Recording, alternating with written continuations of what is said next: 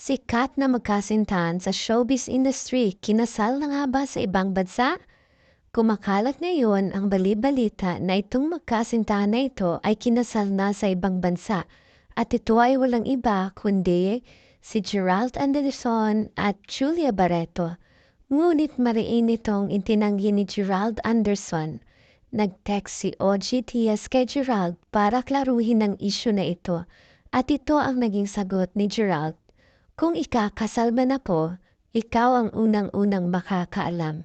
Na-overwhelmed naman si OG Diaz dito. Kaya naman tuwang-tuwa din siya sa naging pahayag ni Gerald Anderson.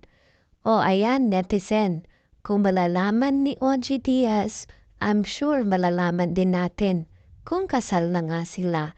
Kaya abang-abang na lang din tayo. Wag nang magmarites. Anong masasabi mo sa issue ito? Comment your thoughts.